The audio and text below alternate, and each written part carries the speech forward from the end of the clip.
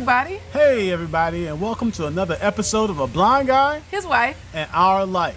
And today we're going to answer a question that we get a lot whenever we meet new people. Being blind, people want to know, they say, Corey, what do you do for entertainment since you can't see? Well, I'm going to discuss that with you today, and I talk about how sound is so important to me, and it still allows me to enjoy a lot of things that I used to enjoy before. So let's get started. One of the things that I really liked to do before was to play video games. Now, a lot of the cool video games came after I lost my sight, but we do thankfully... Wait a minute, we had cool video games before you lost your sight. Atari 2600 was not cool when you were a kid. Actually it was cool when I was a kid. I'm serious, we had an Atari 2600 and it was great. It was cool for us then, but according to what they have now with the graphics and everything. Well, the last game I actually saw was a Sega Genesis. That was the last game I actually played with vision. And the graphics were getting a lot better, but I'm pretty sure nowadays the graphics have gotten really good. So I'm missing out on a lot of, the updated John Madden football games and things like that. But I still, thanks to the Wii, am able to play video games with our three daughters. I'm always beating them up. Wait, no, let's fix this. Okay, Corey beats the kids when playing boxing on the Wii. Right. I've created my own character called Buck, because that's what I say I'm gonna do to their boyfriends when they get older. But so I'm always boxing with Camille or my other daughters. But wait, you play? I thought you also play tennis too on the Wii. I tried the tennis. That didn't quite work out because the sound cues aren't as rich as they are with the Wii boxing. And then sometimes I'll take on random characters, and Camille, she's like my corner person. Dad, hit him in the head, Daddy. Hit him in the stomach, Daddy. Uppercut, Daddy. Right, left. She's a pretty good corner person. And so I actually enjoy playing that game a lot with the children. But I also like to go to movies, and Laquita, you narrate the movies to me as we watch the movies. Yeah, so for entertainment, a lot of people, because so many people are like attached to their phones, they just don't realize that there's still other stuff to do other than your phone. So like you said, video games, movies, television, because like we don't say Corey looked at the TV or heard the TV. We do say he watched the TV. I looked at the TV. So it's okay to use those sight words when you're talking to someone about entertainment, someone that's vision impaired, about their entertainment options. But my number one lifetime passion, aside from Laquita Marie, is my love for football. I am a huge football fan.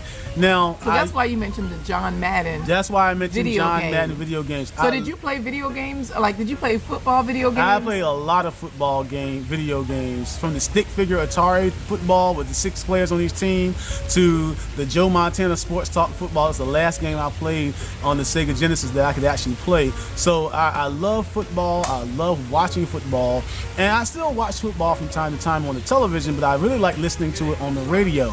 But what I used to they narrate better on the radio. Or yes. Commentate. What do you call it? It's commentating, narrating. It's all the same. Because what do you call it then when I'm telling you what's happening in the movies? That's narration. That's more narration. The commentators are more commenting on what the game is, what's going on in the game. Now, I used to like to go out and play in the BYL. For those of you that know, that's the Backyard League Football League. And I still get a chance to do that. I have a good buddy here named Pierce, one of our daughter's friends. I'll go out and I'll throw the football to him. And we're going to show you how that works by me connecting on 3 passes with them just by using sound cues. So sit back. Wait a minute. So you're saying that Backyard League, y'all would do this? Like y'all use sound cues, or what's the connection? Nowadays I use sound cues. Before we used to play a game called just Invisible, playing against us against them, where us against them was a game that my cousin and I played when we didn't have enough people to play. It was just the 2 of us. So I would throw the ball, and for every time that he caught the ball, there would be a touchdown for our team. And every time he dropped the ball, then it would be a touchdown for the other team. So this was just a 2-player game? That was just a 2-player game. And Pierce and I, we play this all the time. And now, before I could just use sight playing with my cousins, just throw the ball to him and try to make sure I didn't overthrow or underthrow him. But with Pierce he claps his hands, and I listen for his placement. With basically like dolphins use sonar, I find him auditorially or with my ears, and then I try to locate him with the football. And I've gotten pretty good at it. Pierce is a good receiver, and I've gotten to be quite the Doug Williams second generation. Who is Doug Williams? Doug Williams is my favorite quarterback, the first African-American quarterback to win the Super Bowl, play for the Washington Redskins. So that's your team, yeah. That's my team, and no comments in the comments about that, please. We don't need to hear from you Cowboy fans. I'm neutral, honestly speaking. You're a Redskin fan. By default. Oh. Okay. Okay. So check out me and Pierce playing football as we play us against them, and we take on those wretched Cowboys as our invisible team. So enjoy. Enjoy. Buffalo, Blue Rock, Omaha.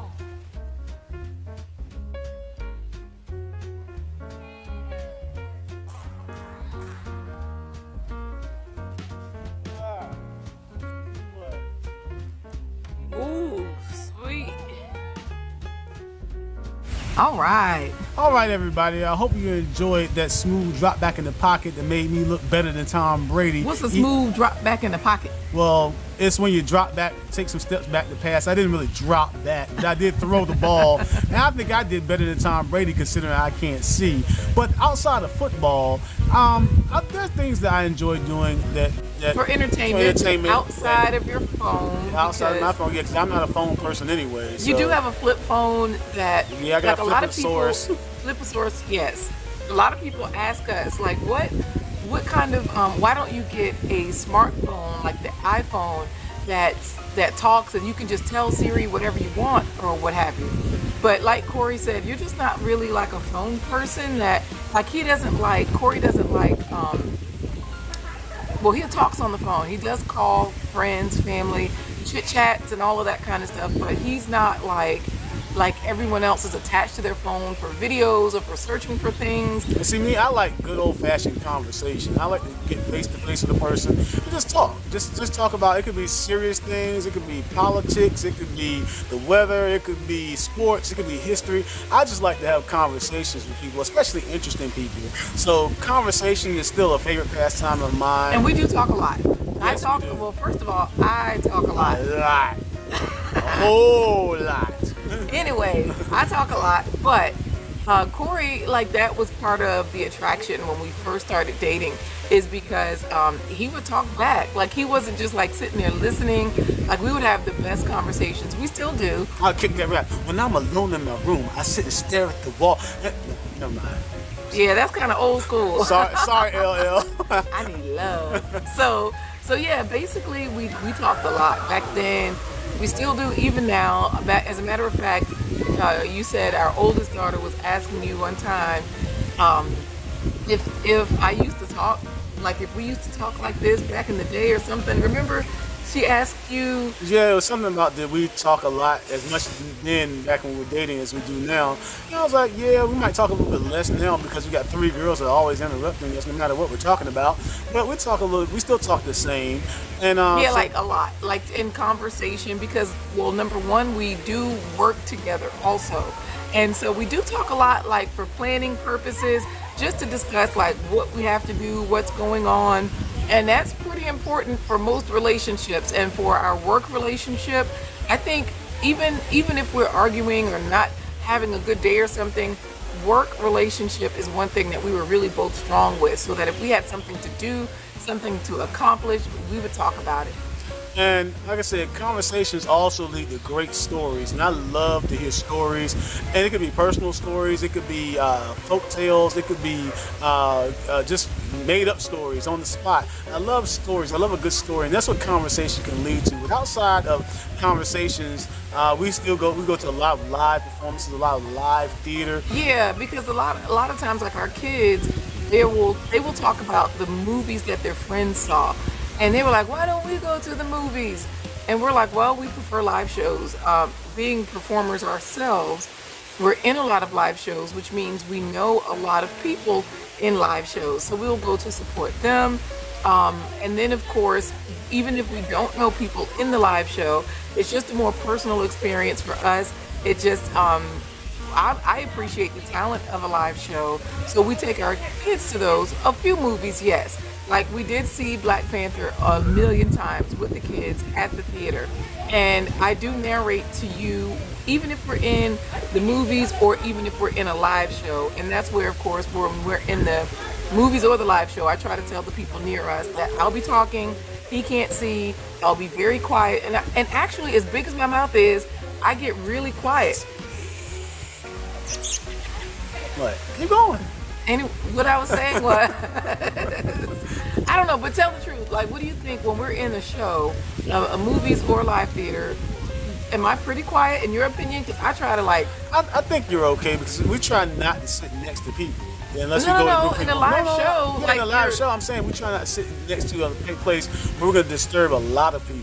So when we're ordering tickets online, I do try to get seats that are like on the end, not in the middle of the road, like you're saying. So that way, and I'll put you on the side so that like other people can't hear, I guess. Right. Enjoying quality time with the family and one of those things we like to do is to go to theme parks. We don't go a lot, but I love to go to theme parks. I mean, I'll go. I'm serious. I go, but I don't enjoy it so much. I think it's just like a big waste of money for like if we didn't have Corey, to me it is because if we didn't have you there to help us get ahead in the disability line, like it's like a different ability line, but it's a time suck. So for it me, is because for the average person, you guys spend a lot of time. If you're at a theme park for 8 hours, you're probably going to spend about 5 of those hours standing in line to ride rides. Right. Whereas for us, if we're in a theme park for 8 hours, you're going to spend about 3 hours in line or less because we do get the automatic flash passes. And so I try to like. I feel like we've taken our kids to a few different theme parks so that they have that experience, so that they'll kind of know, if they go with a friend, because we've had that too, where our daughters are like, their friends' parents are like, oh, can she go with us? We have a pass, or it's already paid for, or you can pay for it, or whatever.